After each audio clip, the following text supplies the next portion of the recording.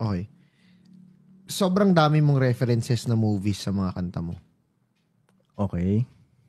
Ano yung, bigyan mo ako ng mga top movies na makikwento mo rin naging reference sa kanta mo? Kasi, ano yung mga, for sure, mahilig ka manood ng movie. Kasi Dati, nung may time pa ako. Okay. Ngayon, ilang years na akong di nakakanood ng movie. Pero ang dami mong songs na may movie references no? Dati kasi hilig ko talaga manood nun eh. Mahilig ako manood ng movies. Lalo yung mga early mixtapes mo. Oo. Mahilig talaga ako manood ng movies tol eh. Okay. Ikaw ba mahilig ka ba manood ng movies? Oo. Pero ngayon, very occasional. Pero dati, sagad-sagad din. Parang dati yun yung entertainment eh. Ngayon, make money. Okay, may tanong ako. Pag naglalakad ka sa labas, feeling mo ba nasa music video ka o feeling mo nasa movie ka? Dalawang klase ng tao yan eh.